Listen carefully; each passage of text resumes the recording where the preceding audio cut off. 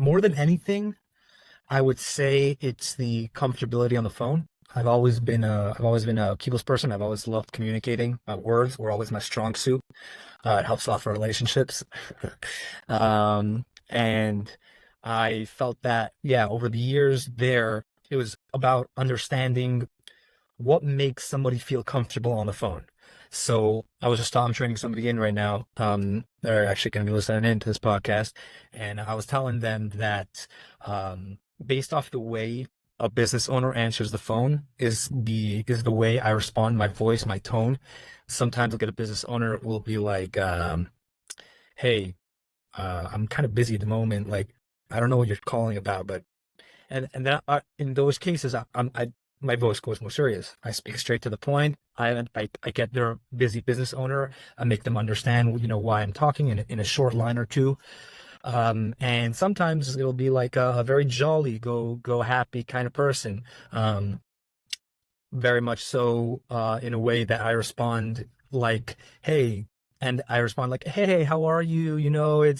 This is Joseph calling from this and this shopping center, etc." And I really believe in your business model and everything like that. Kind of pretty much, the way I communicate. That was something that I learned in my years of sales overall, is the way we speak to them and the words we choose to speak to every business owner differently individually. That could make the sell a month or two down the road. As every salesperson knows, ABC always be closing. So that's what I'm thinking about in the first phone call, second phone call. It's how they responded, how urgent they are, and based off that, I pick up the speed, my tone, and the words I'm deciding to use. Yeah.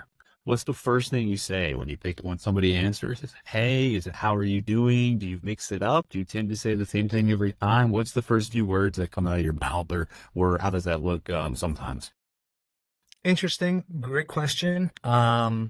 Because like I was mentioning before, you're gonna be able to pick up a lot from the way they pick up the telephone. So ring, ring, ring, and somebody answers the phone. Sometimes they'll be like, "Hello, who is this?" And you immediately know, "Hey, this is Joseph calling from et cetera, shopping center.